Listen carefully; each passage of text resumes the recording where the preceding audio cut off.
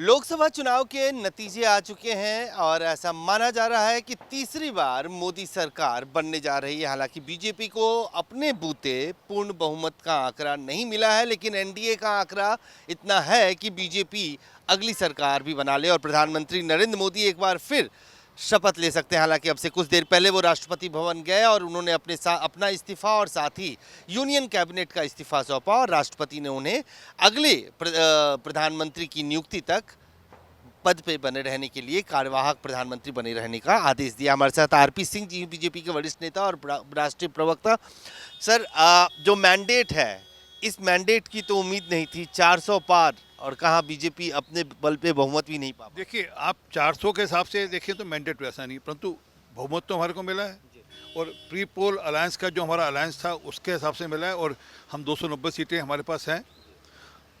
जिन लोगों की सारे अलायंस की मिलाकर हमसे सीटें कम हैं वह हल्ला कर रहे हैं कि मैंडेट नहीं मिला। असल में क्या कि हम मानते हैं कुछ जगह पे दिक्कत हुई है यूपी और बंगाल में, परंतु उड़ीसा में, आंध्र प्रदेश में, केरला में ऐसी जगह भी हैं, अरुणाचल में जहाँ पर कमाल हुआ है। अरुणाचल में तीसरी बार भाजपा की सरकार बन रही है, उड़ीसा में पहली बार भाजपा की सरकार बन रही है, आंध्र प्रदेश के अंदर हम अलायंस के साथ एनडीए के नाते से सरकार बनाने जा रहे हैं। तो ये मिला जुला आउटकम है, परंतु ये है कि सरकार हमारी बन रही है और लोगों ने आशीर्वाद मोदी जी को दिया है सरकार बनाने के लिए। मोदी जी को आशीर्वाद तो दिया है, लेकिन इसके दो पहिए हैं, डबल एन, नीतीश कुमार और चंद्रबाबू नायडू।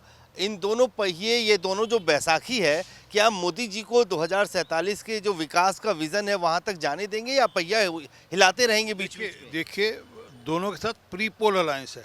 ये नहीं कि हम चुनाव के बाद कहीं हम उनके साथ समझौता कर रहे हैं, कहीं उनके साथ कोई गठजोड़ कर रहे हैं।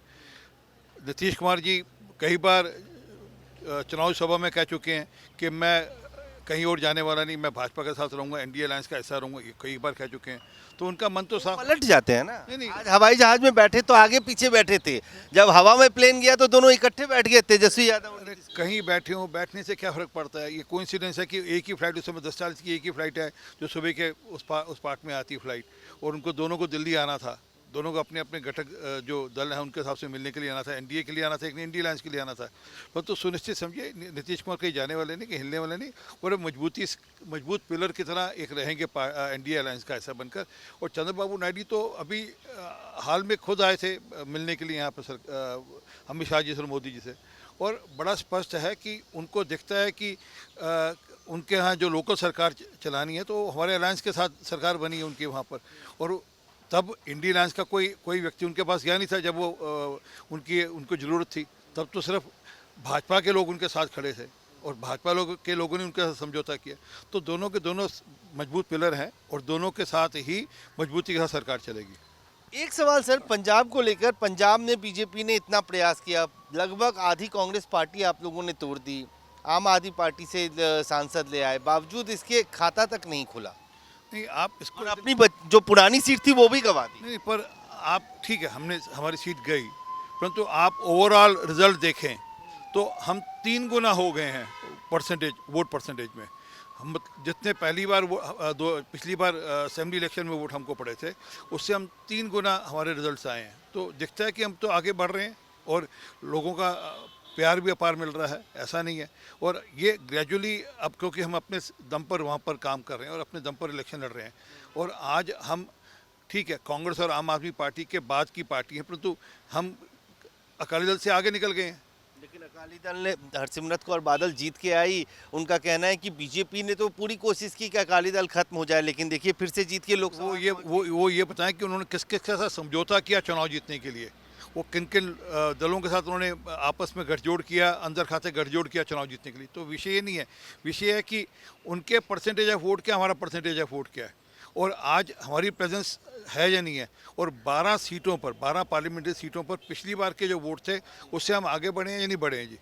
तो ये प्रोग्रेशन है, इसलिए कि सभी सीटों पे बीजेपी ने चुनाव लड़ा। नहीं, लड़ा भी, चुनाव भी लड़ा और डट के लड़ा और दमखम के साथ लड़ा। ठीक है, हमारे पास हमने बाहर के लोग भी लिए, हमने बाकी पार्टी से लोग भी लिए, परंतु आज हमारा वहाँ पर ग्रेजुअली कैडर एस्टैब्लिश हो गया। और आपने ध्यान किया हो, आज पंजाब के हर पोलिंग बूथ पे हमारा कार्यकर्ता था, विरोध के बावजूद, कुछ जगहों पे विरोध था, उसके बावजूद सामने से डटकर हमारा कार्यकर्ता वहाँ पोलिंग बूथ पर था। तो दिख रहा है कि आज पार्टी का काम का विस्तार हुआ और पार्टी नीचे तक गई है वहाँ पर। एक आखिरी सवाल, आप रोज जब मैं आपसे मिलता हूं तो आपका अटायर अलग होता है, आज आपने काली पगड़ी बांधी हुई है, कोई खास वजह है? आज 5 जून है। आज का दिन सिख इतिहास में काला दिन माना जाता है। आज का दिन मिसेस गांधी ने, कांग्रेस पार्टी ने आज का दिन दरबार साहब पर, हरमंदिर साहब पर हमला किया था, वहाँ पर टैंक चलाए थे, वहाँ पर गोलियाँ चलाई थी।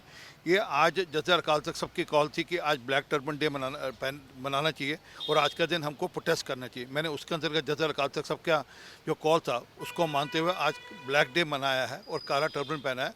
और मन में रोष है कि वह जो पूरा घटना चक्कर था वह बच सकता था, वह रुक सकता था।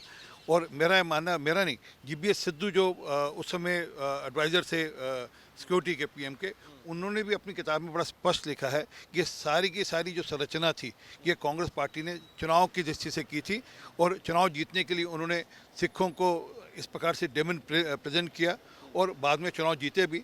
और उसके बाद जो दिल्ली में हुआ वह भी एक ऐसा काल है जो कि सिख इतिहास में काला काल लिखा जाएगा। परंतु जो आज का दिन शुरू हुआ था 1984 में, वह तो कभी कोई सिख भूल नहीं सकता।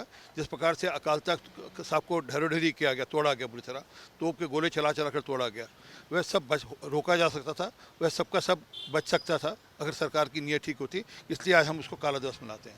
धन्यवाद। साफ तौर से आरपी सिंह साहब, इनका कहना है कि आज जो काला दिवस मना रहे हैं, जो काली पगड़ी बांधी है, उसके पीछे जो इतिहास है उसकी वो चर्चा कर रहे थे। कैमरामैन फिरोज के साथ अजय झा, दैनिक सवेरा, दिल्ली।